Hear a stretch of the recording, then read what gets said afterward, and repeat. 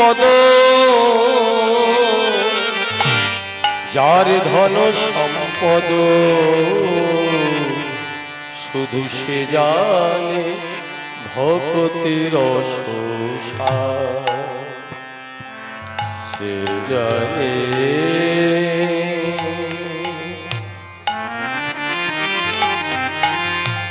সে জানে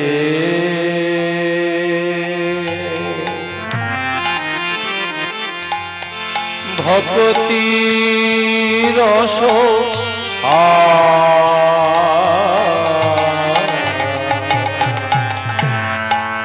শুধু সে জানে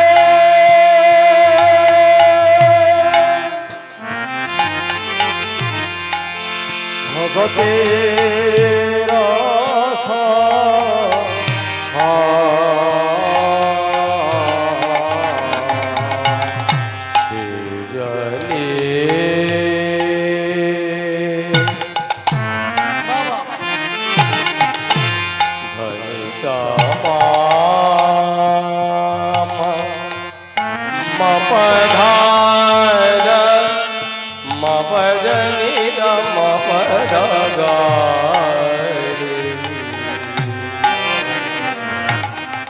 শ্রী গৌরাঙ্গে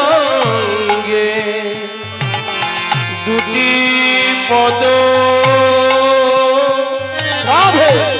যার ধন সম্পদ আমার শ্রী গৌরাঙ্গে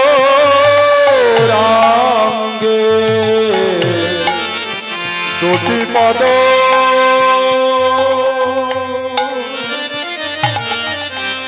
যার ধন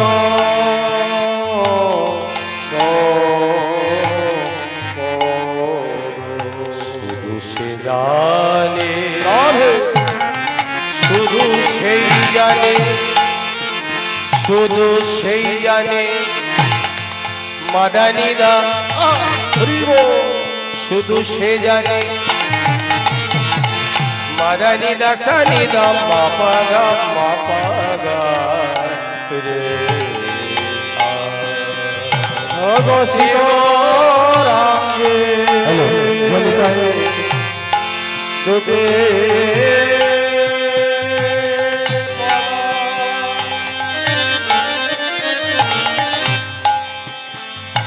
আমার গৌর হরে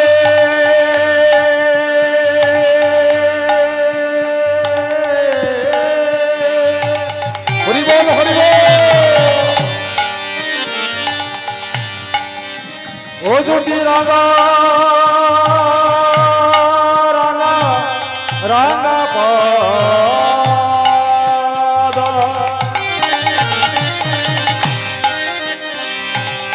সেই তো জানে জানে বলি হরি বলি হরি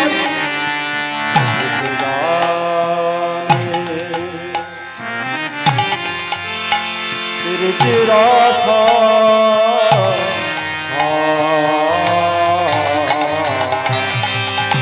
গৌরাঙ্গে দুটি পদ যার ধন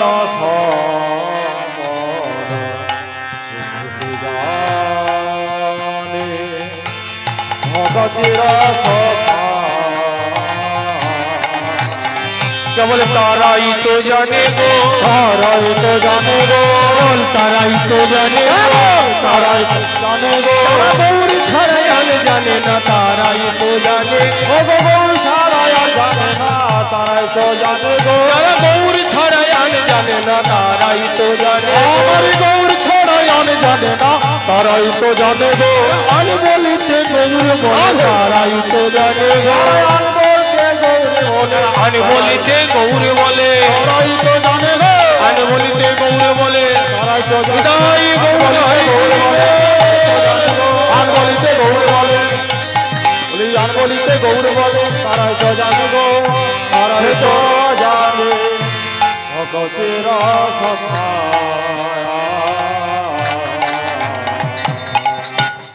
উপস্থিত সকল গৌর অনুরাগী কৃষ্ণ অনুরাগী ভক্তমণ্ডলী এবং ভক্তিমতী মায়েদের চরণে আমার কোটি কোটি দণ্ডবোধ প্রণাম।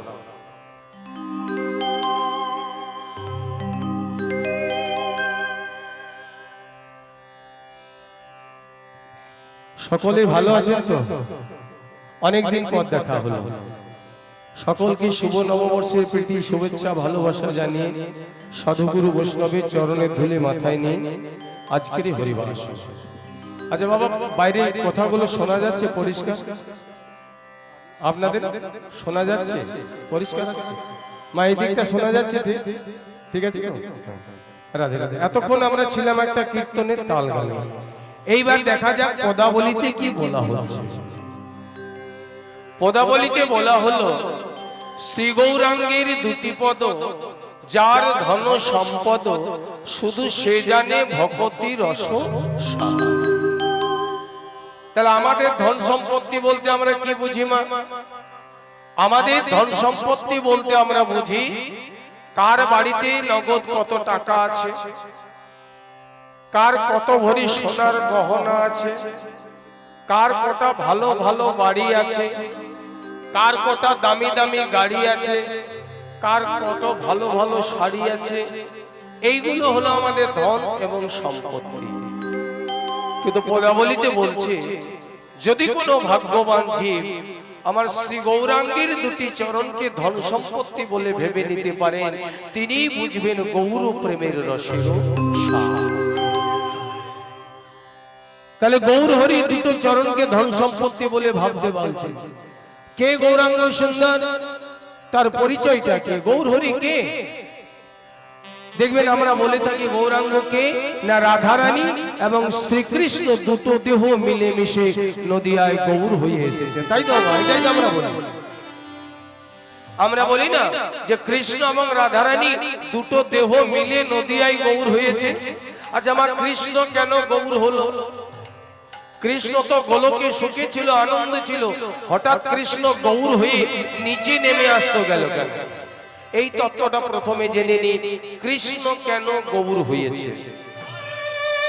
বৃন্দাবনে একদিন শ্রীকৃষ্ণ বসে আছেন, তার সম্মুখে সখীরা বসে আছে, ললিতা, বিশাখা, চম্পকলতা, সব সখীরা বসে আছে। তা কৃষ্ণ ললিতাকে বলছে, ললিতা আমি তোমাদের একটি প্রশ্ন করব, উত্তর দেবে ললিতা? ললিতা বলছে, বলো গোবিন্দ, কি জানতে চাও? তা গোবিন্দ বললেন, ললিতা আমাকে যদি কেউ পেতে চায়, যুগ যুগ ধরে তপস্যা করে তবে আমাকে পায়, সাধুরা সাধনা করে তবে আমাকে পায়। আমি মানে এখানে কৃষ্ণ বলছেন সখীদেরকে যে আমাকে যদি কেউ পেতে চায়, যুগ যুগ ধরে তপস্যা করে তবে আমাকে পায়, সাধুরা সাধনা করে পায়, মুনিরা ধ্যান করে পায়। তাহলে তপস্যা করে ধ্যান করে তবে ভগবানকে পাওয়া যায়। তাই কৃষ্ণ বলছে, ললিতা তোমাদের মধ্যে এমন কি গুণ আছে, তোমরা বৃন্দাবনের গোয়ালার মেয়ে, তোমরা যদি আমাকে একবার ডাকো আমি ছুটতে ছুটতে চলে যাই। বলো ললিতা, সাধু ঋষি মুনি আমাকে ধ্যান করে পায়, কিন্তু তোমরা বৃন্দাবনের গোয়ালার মেয়ে, তোমরা যদি একবার ডাকো আমি তোমাদের কাছে ছুটতে ছুটতে চলে যাই। ললিতা বলছে, গোবিন্দ আমাদের কাছে এমন একটি জিনিস আছে যেটা তোমার কাছে নেই গোবিন্দ।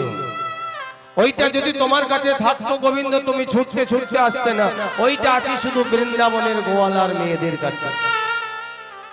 তা কৃষ্ণ দেখলেন এমন কি জিনিস যা আমার কাছে নেই অথচ বৃন্দাবনে গোয়ালার মেয়েদের কাছে আছে? ললিতা, ললিতা বলো এমন কি জিনিস যা আমার কাছে নেই অথচ তোমাদের কাছে আছে?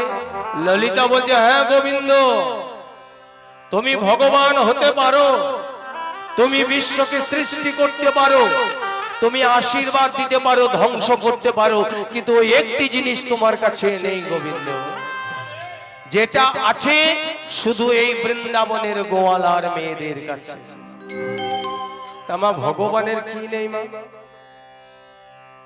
ভগবানের তো সব আছে, ভগবানের একটাই জিনিস নেই যেটা বৃন্দাবনের গোয়ালার মেয়েদের কাছে আছে, আর ওইটা আছে বলে ওইটা টানেই তুমি ছুটতে ছুটতে আসো গোবিন্দ। তো ভগবানের কি নেই মা? ভগবানের সব আছে। ভগবানের ভক্তি নেই। ভক্তিটা কার আছে? ভক্তিটা আছে বৃন্দাবনের গোয়ালার মেয়েদের কাছে। তাই গোবিন্দ আমাদের কাছে ভক্তি আছে বলে ওই ভক্তির টানে তুমি ছুটতে ছুটতে আসো গোবিন্দ। কৃষ্ণ বললেন, ললিতা সত্যি তো? ললিতা আমাকে দাও না, দাও ললিতা, আমাকে একটু ভক্তি দাও ললিতা, আমাকে একটু ভক্তি দাও ললিতা। বলে, গোবিন্দ ওইভাবে হাত পেতে ভক্তি পাওয়া যায় না। কি মা, হাত পেতে ভক্তি পাওয়া যাবে? বাবা, ভক্তি কোথায় পাওয়া যায়? কোন দোকানে গেলে আপনি যদি বলেন 10 টাকার ভক্তি দিন, তো দোকানদার ভক্তি দিতে পারবে না। কোন পণ্ডিতের কাছে যদি যান, ভক্তি দিন, পণ্ডিত ভক্তি দিতে পারবে না। পণ্ডিতের কাছে কি থাকে? পণ্ডিতের কাছে থাকে পাণ্ডিত্য। তাহলে ভক্তি কোথায় পাওয়া যায়? ভক্তি পাওয়া যায় ভক্তের কাছে।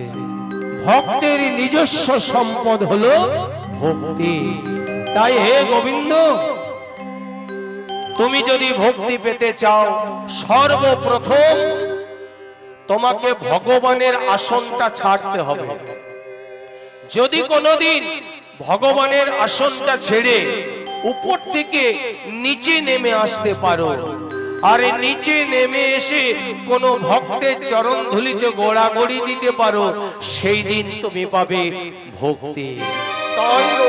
তাহলে ভক্তি, ভগবানকে বললেন ভক্তের চরণ ধুলাতে যদি গোড়াগড়ি দিতে পারো, তবেই তুমি পাবে ভক্তি। তাই ভগবান চিন্তা করলেন, আমি কার পায়ের ধুলো মাখবো? কে আমাকে দেবে পায়ের ধুলো? ভগবানকে কেউ দেবে পায়ের ধুলো? কেউ দেবে না।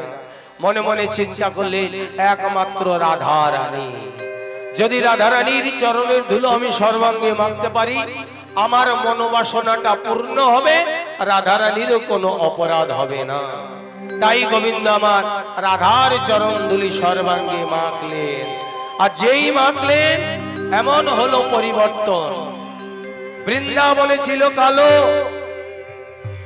নদিয়ায় এসে হলো গৌরাঙ্গ। বৃন্দাবনে ছিল গোয়ালার ছেলে, নবদ্বীপে এসে হলো ব্রাহ্মণের ছেলে। ভগবান মনে মনে চিন্তা করলেন, বারে আমি তো একজনের পায়ের ধুলো মেখেছিলাম, একজনের পায়ের ধুলো মেখে আমার এত পরিবর্তন, না জানি হাজার হাজার ভক্তের চরণ ধুলি মাখলে আমার কি না পরিবর্তন হবে। তাই নদিয়ায় কে অবতীর্ণ হলেন? শচীগর্ভ সিন্ধু মাঝে অবতীর্ণ হলেন রাধা কৃষ্ণ মিলিত দুহুতনু। গৌরে লোরে সোনার নদিয়া, উলুধ্বনি হরির ধ্বনি, হরি শব্দ শোনা যায় আমাদের গৌরে লোরে।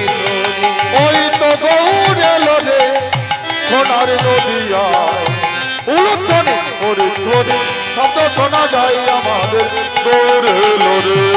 গৌরে লোরে সোনার নদিয়া, উলুধ্বনি হরির ধ্বনি শব্দ শোনা যায় আমাদের গৌরে লোরে। গৌরে লোরে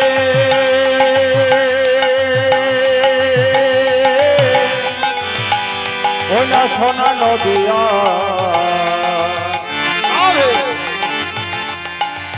উলুধ্বনি হরে ধরে শব্দ শোনা যায় আমাদের গৌরে লোরে।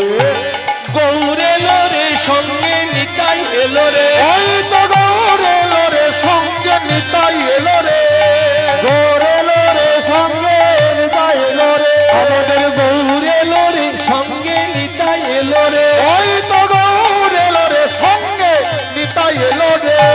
গৌরে লোরে সোনার নদিয়া, উলুধ্বনি হরির ধ্বনি শব্দ শোনা যায় আমাদের গৌরে লোরে।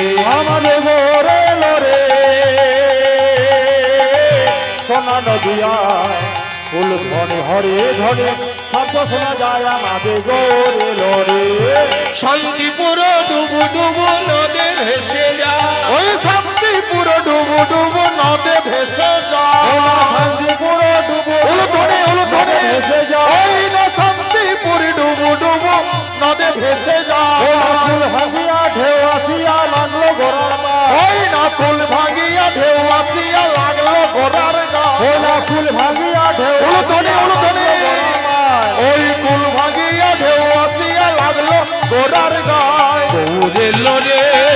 সোনার নদিয়া উলুধ্বনি হরির ঘন শব্দ শোনা যায় আমাদের গৌরের রে। ওই তো গৌর এলো রে সোনার নদিয়ায় উলুধ্বনি হরিধ্বনি শব্দ শোনা যায় আমাদের গৌর এলো রে। বলো গৌরাঙ্গ মহাপ্রভু কি জয়। বাহ। তাহলে রাধা কৃষ্ণ মিলিত দুহুতনু গৌরাঙ্গ সুন্দর অবতীর্ণ হলেন শচীগর্ভ সিন্ধু মাহে। তার দুটি চরণকে যদি কেউ ধন সম্পত্তি বলে ভেবে নিতে পারেন, তিনি বুঝবেন গৌর প্রেমের রসের সাহা। যে তাও যদি না পারো, বসে বসে যদি গৌরাঙ্গের কথাটা অন্তত শুনতে পারো। শ্রী গৌরাঙ্গের মধুর লীলা জারি করিলে প্রবেশিলা। গৌরাঙ্গে মধুর লীলা যার কর্ণে প্রবেশিলা। গৌরাঙ্গের মধুরী লীলা জারি করিলে প্রবেশিলা। গৌরাঙ্গে মধুর লীলা যার কর্ণে প্রবেশিলা। হৃদয়নে মন ঘেল হে দয় নির্মল ঘেলতা। হৃদয়নি মন ঘেল হৃদয়নি মল ঘেলতা। ও তার হৃদয় নির্মল হয়ে যায়। ভগতা হৃদয় নির্মল হয়ে যায়। তার হৃদয় নির্মল হয়ে যায়। ও তার হৃদয় নির্মল হয়ে যায়। আমার গৌর কথা শুনিলে পরে হৃদয় নির্মল হয়ে যায়। আগর কথা শুনলে পরে হৃদয় নির্মল হয়ে যায়। আমার গৌর কথা শুনিলে পরে হৃদয় নির্মল হয়ে যায়।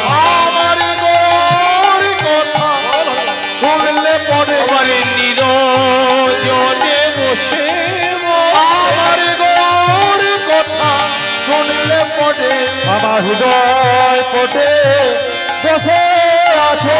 গৌর কথা শুনলে পরে আমার হৃদয় পটে বসে আছে।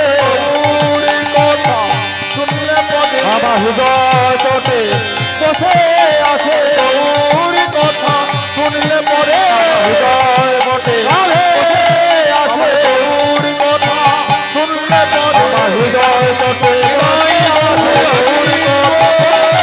হৃদয় পটে বসে আছে। গৌর কথা শুনলে পরে হৃদয় নির্মল হয়ে যায় গো। গৃহে দেব বনে থাকো মনে থাকো গৌরাঙ্গ বলে ডাকো বলিয়া ডাকো। নরোত্তম চাহে তারে সঙ্গ গাইতার সঙ্গ।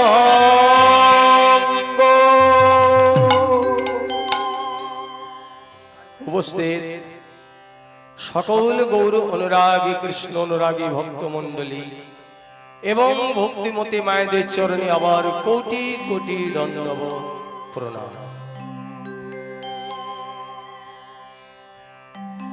এতক্ষণ আমরা ছিলাম এই জায়গাটার কি নাম? কি নাম? ঘনবন। এই জায়গাটার নাম এখন হ্যাঁ এতক্ষণ গৌরচন্দ্রিকায় ছিলাম, গৌরের কথা শুনছিলাম, নবদ্বীপ ধামে ছিলাম। এবার যাব মধুস্র বৃন্দাবন, যেখানে হয় হরিনাম সংকীর্তন, সেটা বৃন্দাবন ধাম। এখন এটা বৃন্দাবন, হরিনাম হচ্ছে, সব সময় নাম হচ্ছে হরিনাম, এটা বৃন্দাবন ধাম।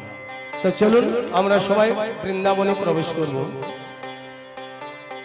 দেহটা এখানে থাক, এই দেহ নিয়ে এত তাড়াতাড়ি বৃন্দাবনে যাওয়া যাবে না। বৃন্দাবন যাব, এই মনটাকে নিয়ে বৃন্দাবন যাব। এই মন চলুক বৃন্দাবন। তা বৃন্দাবনে এখানে যারা রয়েছেন অনেকেই গেছেন বৃন্দাবন। বৃন্দাবনে যারা গেছেন দেখেছেন এখনো রাধা গোবিন্দের নিত্য লীলা হচ্ছে, এখনো নিধুবনে সেই রাধারানী ভগবান শ্রীকৃষ্ণের লীলা হচ্ছে, এখনো বৃন্দাবনে ভগবান শ্রীকৃষ্ণের বাঁশি বাজছে, এখনো বাঁশি বাজছে বৃন্দাবনে। যারা গেছেন রেখে এসেছেন সেই জায়গাগুলো দর্শন করে এসেছেন।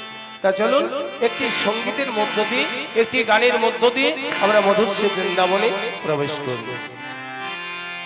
এখনো সেই বৃন্দাবনে বাঁশি বাজে বাজে রে, এখনো সেই বৃন্দাবনে বাঁশি বাজে বাজে রে, এখনো সেই বৃন্দাবনে বাঁশি বাজে বাজে রে, এখনো সেই বৃন্দাবনে বাঁশি বাজে বাজে রে, যার বাঁশির সুরে বনে ও বনে, তার বাঁশির সুরে বনে বনে, যার বাঁশির সুরে বনে বনে, ও যার বাঁশির সুরে বনে বনে, কত শত ময়ূর নাচে রে, এখনো সেই বৃন্দাবনে বাঁশি বাজে বাজে রে, এখনো সেই বৃন্দাবনে বাঁশি বাজে বাজে রে, এখনো সেই বৃন্দাবনে, এখনো সেই রাধা রানী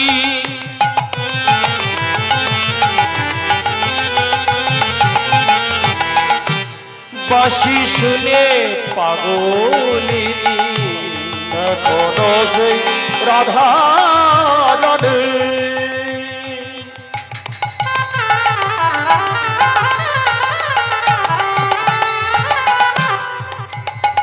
ওগো এখনো সেই রাধা রানী কৃষ্ণের বাঁশি শুনে পাগলিনী, এখনো সেই রাধা রানী বাঁশি শুনে পাগলিনী, এখনো সেই রাধা রানী বাঁশি শুনে পাগলিনী, অষ্ট সখীর শিরোমণি অষ্টসখী শিরোমণি, শ্যামবক্ষ বিলাসিনী, শ্যামবক্ষ বিলাসিনী, বন মাঝে রে, এখনো সেই বৃন্দাবনে বাঁশি বাজে বাজে রে, এখনো সেই বৃন্দাবনে বাঁশি বাজে বাজে রে, এখনো সেই বৃন্দাবনে, এখনো সেই গাভীগুলি রাধে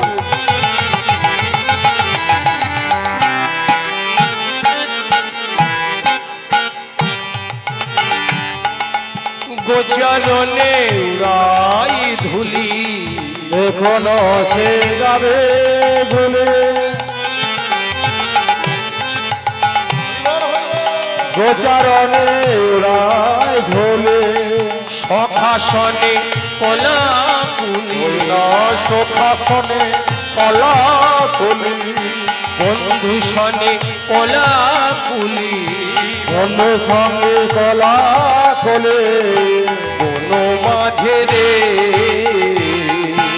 এখনো সেই বৃন্দাবনে বাঁশি বাজে বাজে রে, এখনো সেই বৃন্দাবনে বাঁশি বাজে বাজে রে, এখনো সেই বৃন্দাবনে, আশা ছিল মনে মনে,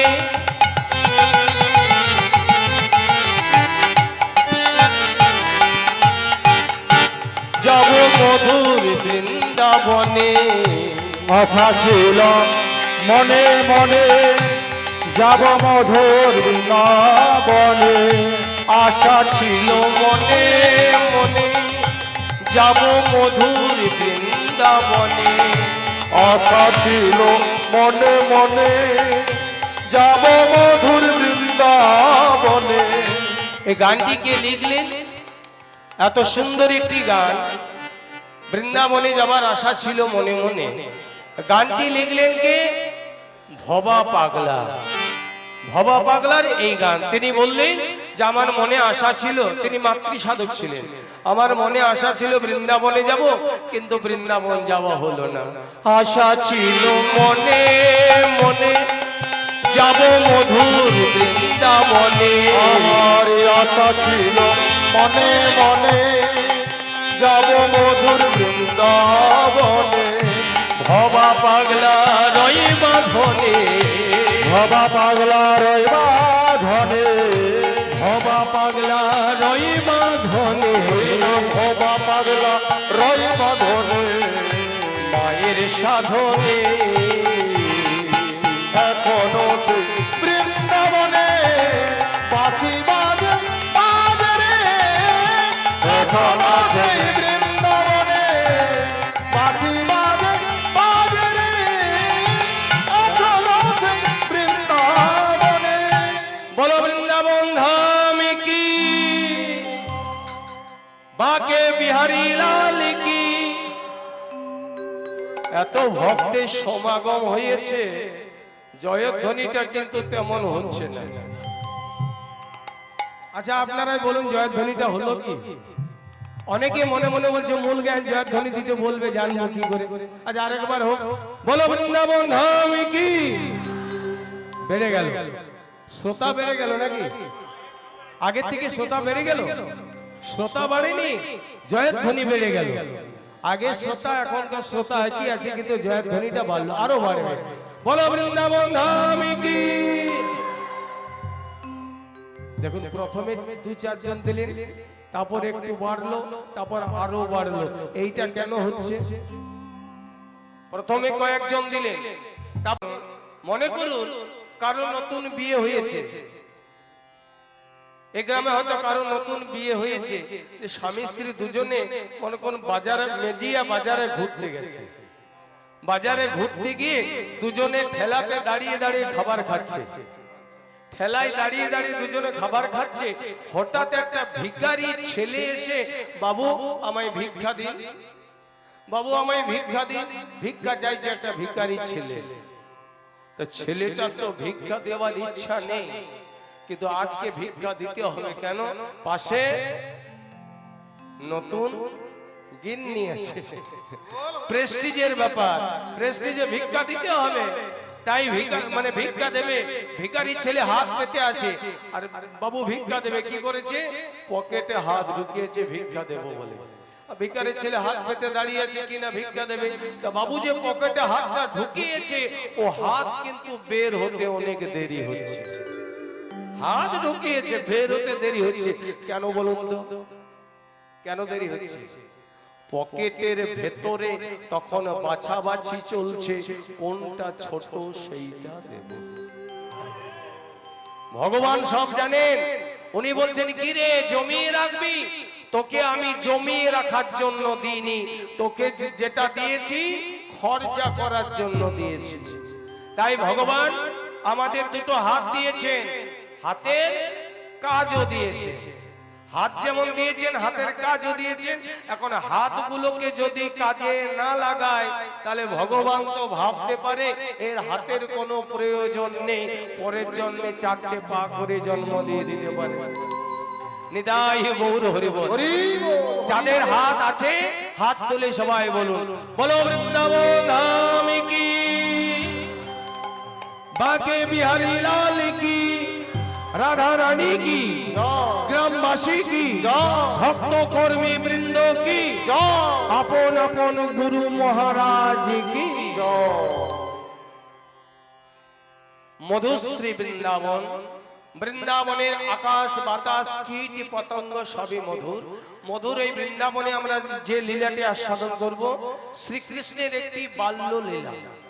শ্রীকৃষ্ণের একটি ছোটবেলার লীলা। ভগবান শ্রীকৃষ্ণ যখন ছোট ছিলেন তিনি একটি লীলা করেছিলেন, সেটি আমরা আস্বাদন করব। পালাটার নাম হলো ফলক্রয়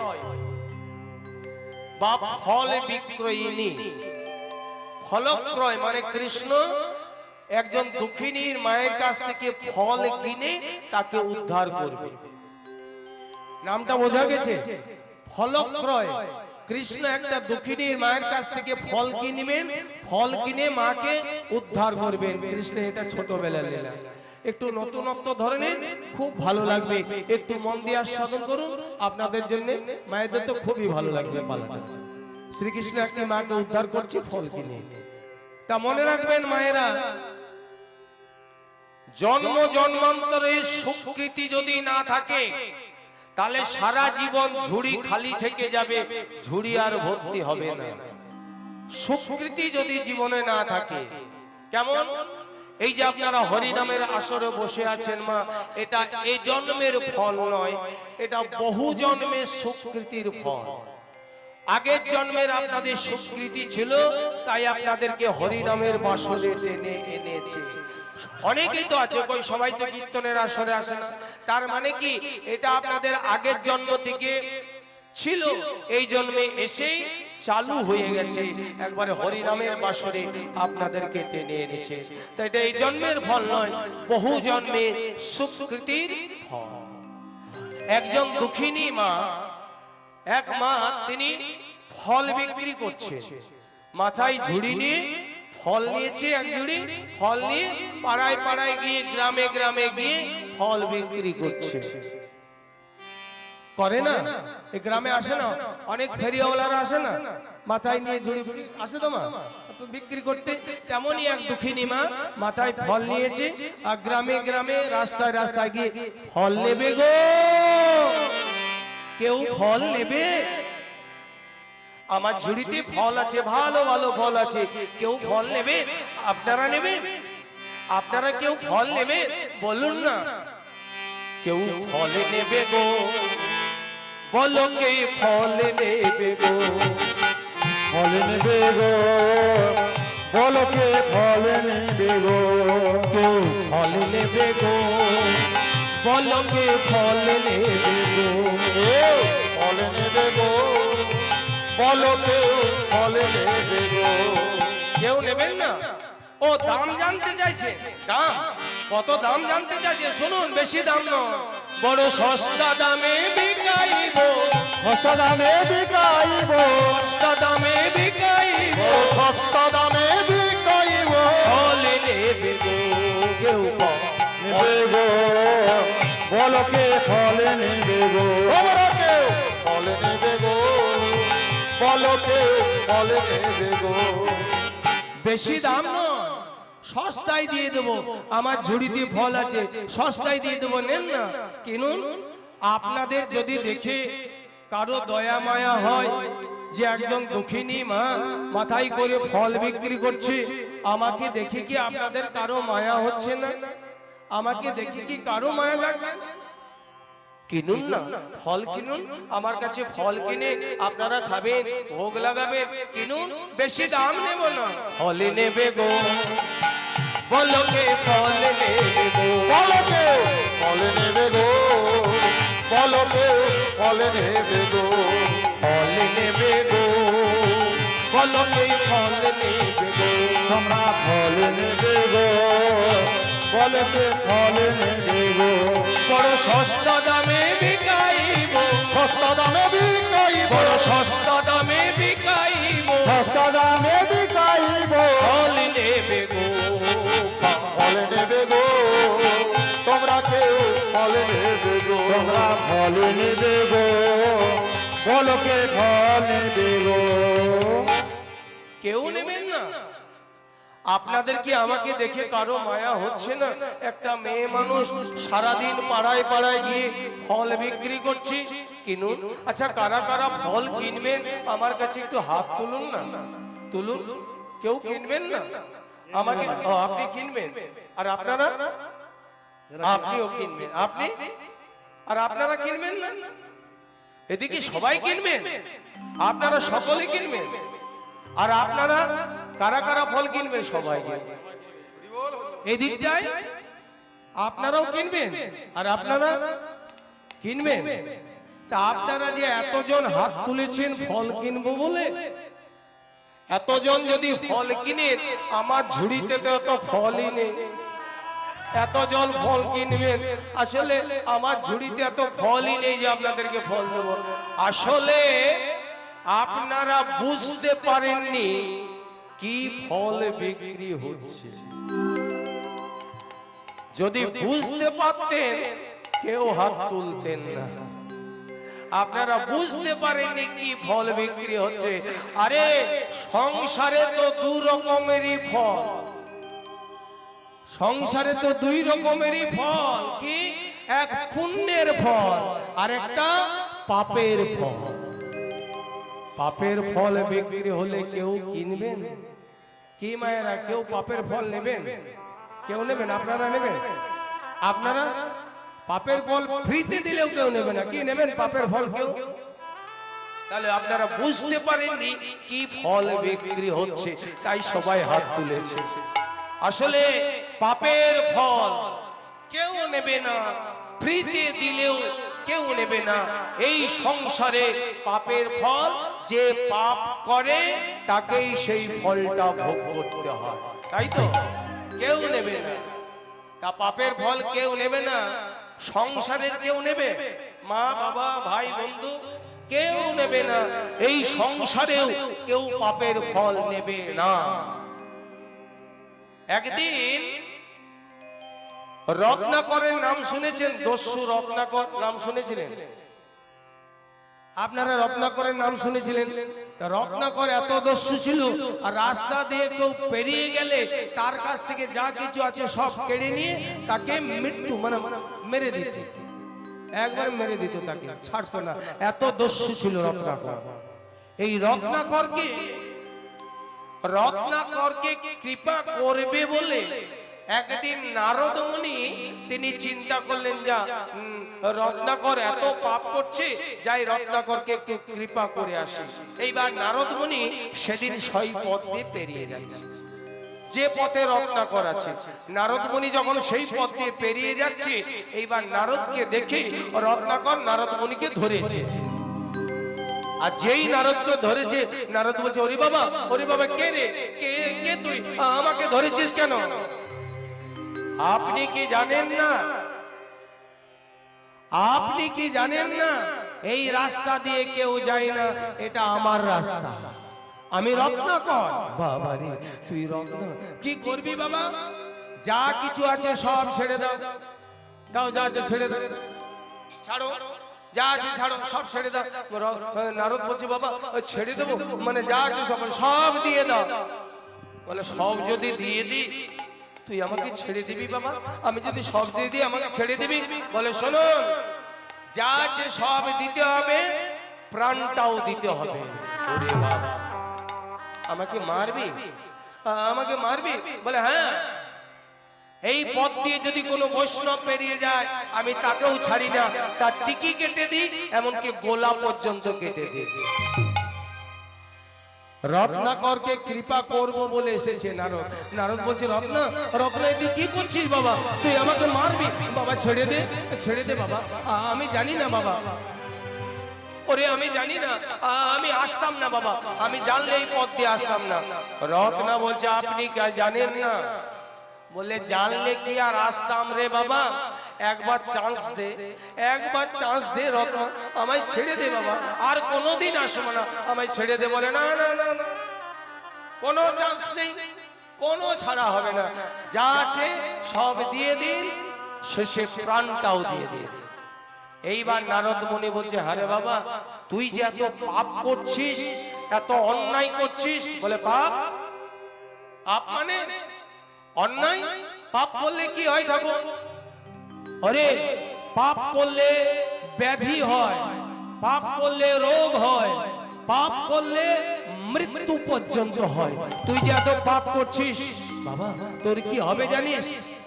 বলে, পাপটা পাপি বুঝি না, সংসারের জন্য সবাই যা করে আমিও তাই করছি, ও পাপটা আমি বুঝি না, যা আছে ছেড়ে দাও, বলে বাবা তুই যে এত পাপ করছিস, এত অন্যায় করছিস, তুই সংসারের জন্য এত করছিস, তুই যে এইভাবে রোজগার করে সংসারে নিয়ে যাচ্ছিস, তো তুই কি জানিস বাবা তোর পাপের ভাগ কেউ নেবে না? রত্না বলছে নেবে না মানে আমি রোজগার করে নিয়ে যাচ্ছি, আমার বাবাকে খাওয়াচ্ছি, আমার মাকে খাওয়াচ্ছি, আমার গিন্নিকে খাওয়াচ্ছি, তা আমার খাবার গুলো যখন খাচ্ছে তাহলে আমার পাপের ভাগটা কেন নেবে না? বলে কেউ নেবে না, তোর বাবাও নেবে না, তোর মাও নেবে না, তোর স্ত্রীও নেবে না। যা যা তুই একবার ঘরে জিজ্ঞাসা করে তোর পাপের ভাগ কে নেবে, জিজ্ঞাসা করে। রত্না করলো কি, বেঁধে রাখলো একটা গাছের মধ্য দিয়ে, নারদ মুনিকে বেঁধে রাখলো। এইবার রত্না বাড়িতে গেল, বাড়িতে গিয়ে বলছে বাবা বাবা বাবা। বাবা বলছে রত্নে এসেছিস? রত্নে এসেছি? বলে হ্যাঁ বাবা এসেছি।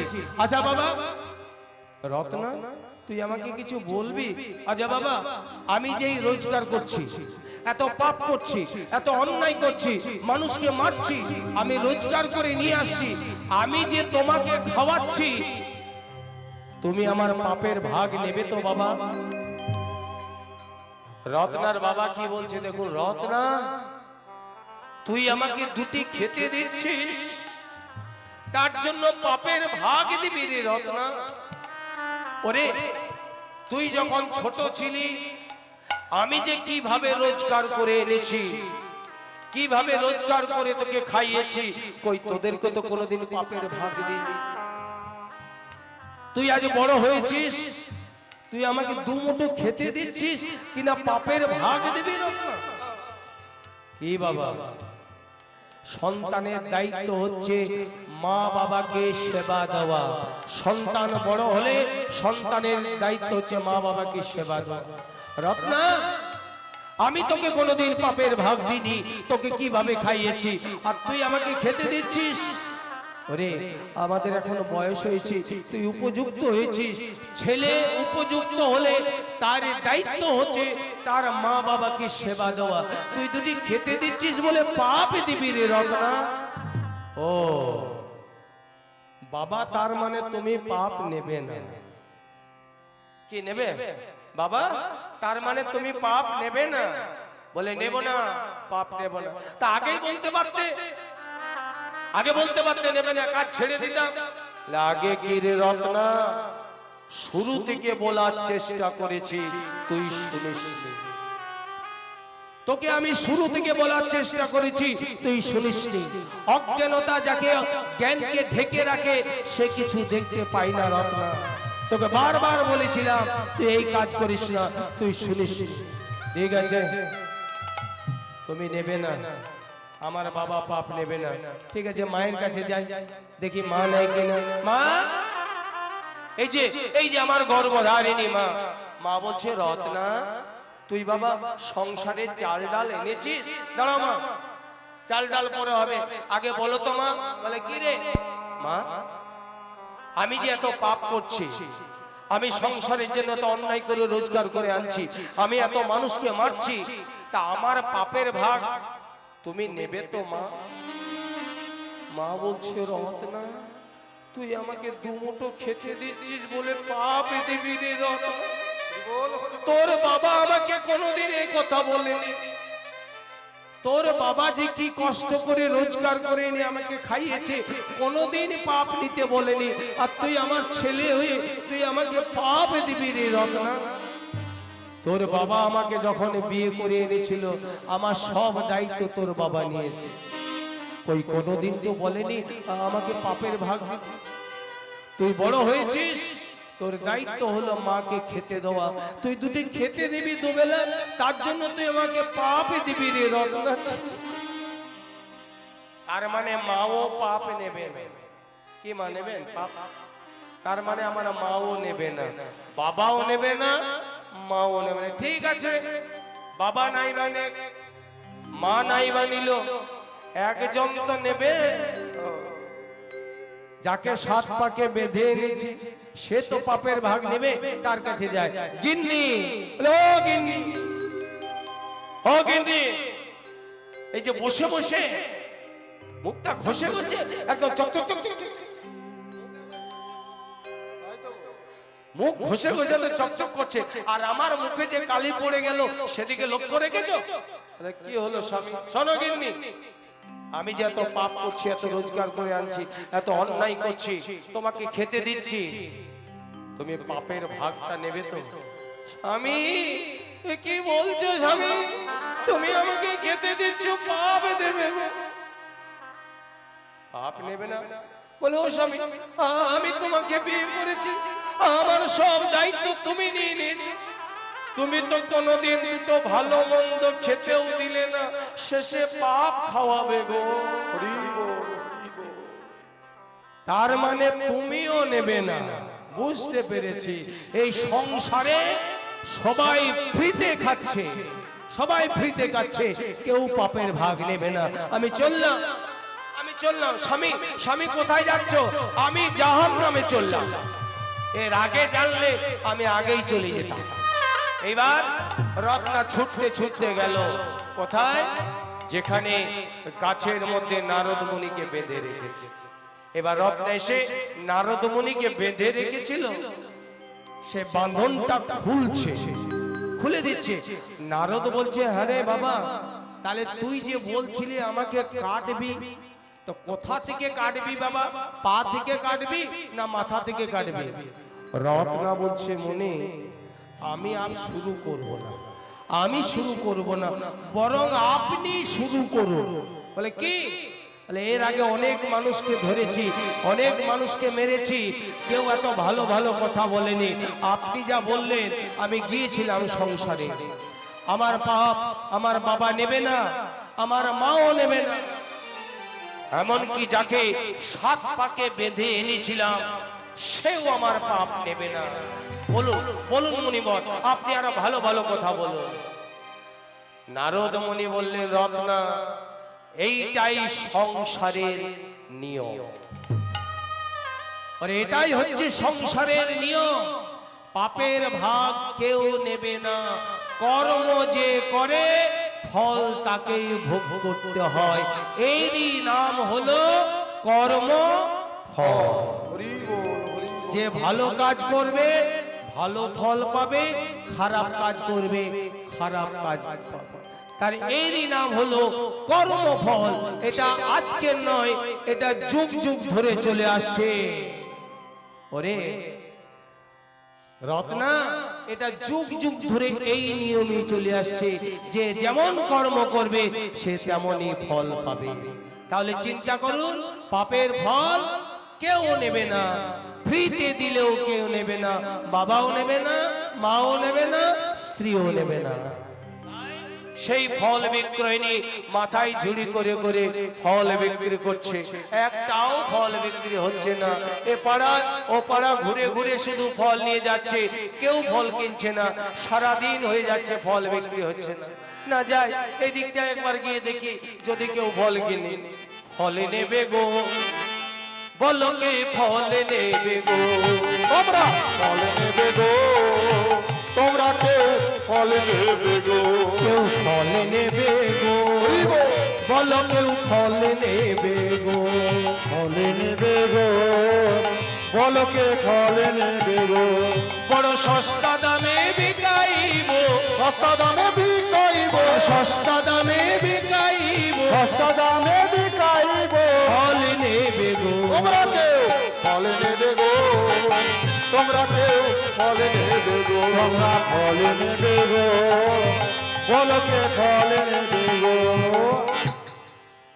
ফল কেউ কিনছে না, একজন ফল বিক্রেতা শুধু সারাদিন কেটে যাচ্ছে, কেউ ফল কিনছে না। কে কিনবে পাপের ফল? কেউ নেই। কি বাবা, পাপের ফল কেউ নেবে? নেবে। কে কে নিয়েছিল পাপের ফল? নদিয়ার গৌরাঙ্গ, নদিয়ার নিমাই নিয়েছিল পাপের ফল। কখন? জগাই মাধায় এত পাপ করেছিল, জগাই মাধায় এত পাপ করেছিল যে লিখে শেষ করতে পারা যায় না। প্রতিদিনের পাপ লিখে লিখে শেষ করা যায় না, এত পাপ করেছিল জগাই মাধায়। কিন্তু নদিয়ার গৌরাঙ্গ কি বলেছিল?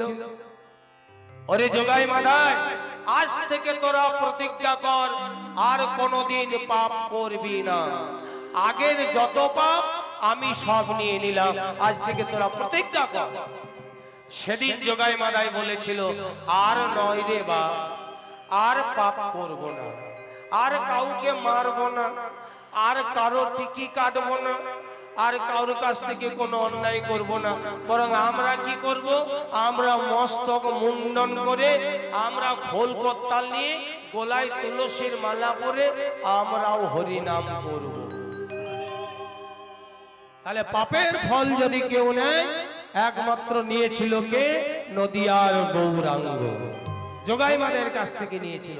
জগাই মাদাইকে বলেছিল, জগাই মাদাই এত পাপ করলি, তাহলে প্রায়শ্চিত্ত করবি কি করে? এখন যারা বেঁচে আছে তাদের কাছে ক্ষমা চাইবি, কিন্তু যারা মরে গিয়ে আবার নদিয়ায় জন্ম নিয়েছে, তোরা দু ভাই এক কাজ কর, প্রতিদিন ভোরবেলায় গঙ্গার ঘাট দিয়ে পরিষ্কার করে দিবি। প্রতিদিন গঙ্গা যাওয়ার যে রাস্তাটা, তোরা দু ভাই মিলে ঝাড় দিয়ে পরিষ্কার করে দিবি, তোরা বৈষ্ণব সবাই লেগে যাবি। এখনো যারা নবদ্বীপ গেছেন দেখে আসবেন, একটা জগাই মাদাইয়ের ঘাট আছে। ওই জগাই মাদাই প্রতিদিন ভোরবেলা থেকে ঝাড় দিয়ে পরিষ্কার করত। তাহলে পাপের ফল যদি কেউ নেয়, একমাত্র নদিয়ার গৌরাঙ্গ তিনি নিয়েছিলেন। আর কে নেই? গুরু বৈষ্ণব। গুরু বৈষ্ণব সাধু ঋষি এরা পাপের ফল নেই, গুরুদেব নেয় শিষ্যের কাছ থেকে, যা আছে সব আমাকে দিয়ে দে। সাধু ঋষি মুনিরা এসে এই জন্য মানুষকে বলে, ওরে অনেক তো করলি বাবা, একবার হরি বল বল, ওরে একবার কীর্তন, একবার হাতে তালি দিয়ে হরি বল। সাধু ঋষি মুনি এরা আমাদের কাছে আসে, হরি বল বলাতে চায়। কত তারা লাঞ্ছনা গঞ্জনা, তাদেরকে মার পর্যন্ত খেতে হয়, তবু তারা হরি নাম বলায়। কেন না? হরি নাম দিয়ে আমি এদেরকে উদ্ধার করব। তাই ফল বিক্রয়নী, ফল বিক্রি হচ্ছে না। এই পাড়া ও পাড়া ঘুরে ঘুরে যখন ফল বিক্রি হচ্ছে না, তখন একজন এসে বলছে, ও ফল বিক্রয়নী, এই গরিবের পাড়া থেকে ফল বিক্রি হয় মা? কি বাবা, গরিবের পাড়ায় কারা ফল খাবে? ফল গরিবের পাড়ায় বিক্রি হবে? ফল কোথায় বিক্রি হবে? ফল যদি বিক্রি করতে চাও, তাহলে বড় লোকের পাড়াতে যাও। বড় লোক কারা?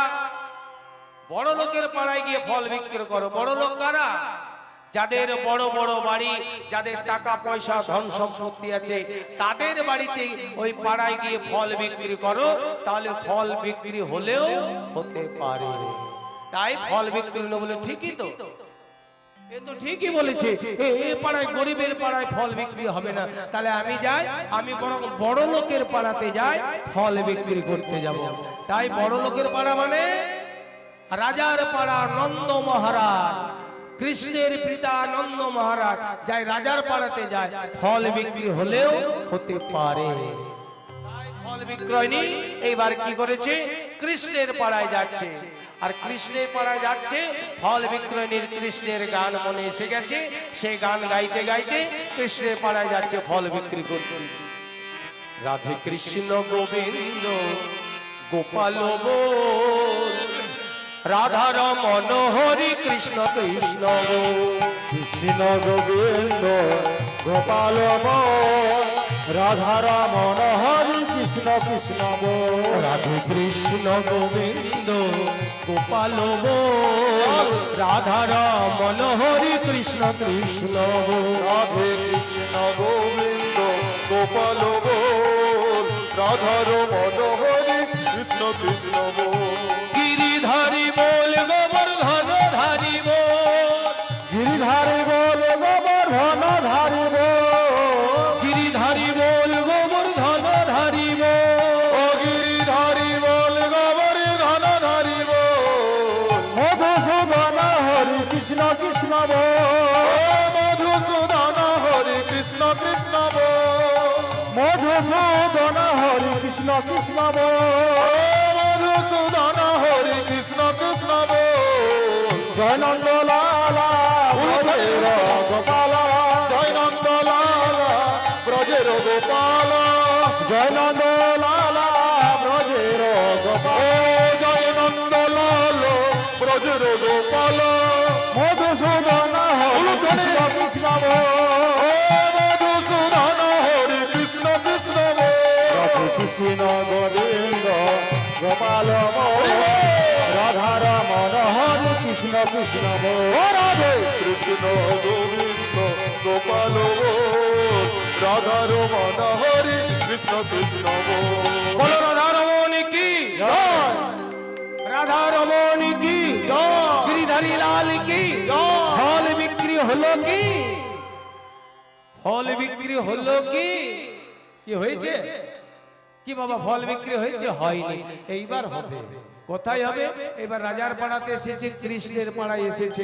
কৃষ্ণ ফল কিনে তা ফল বিক্রয় নিয়ে এসেছে সেই রাজার পাড়ায় নন্দ মহারাজের পাড়ায় ফল বিক্রি করতে আর কৃষ্ণ গুণগান গাইতে গাইতে ফল বিক্রি করতে করতে যাচ্ছে কোন দিন আর রাজা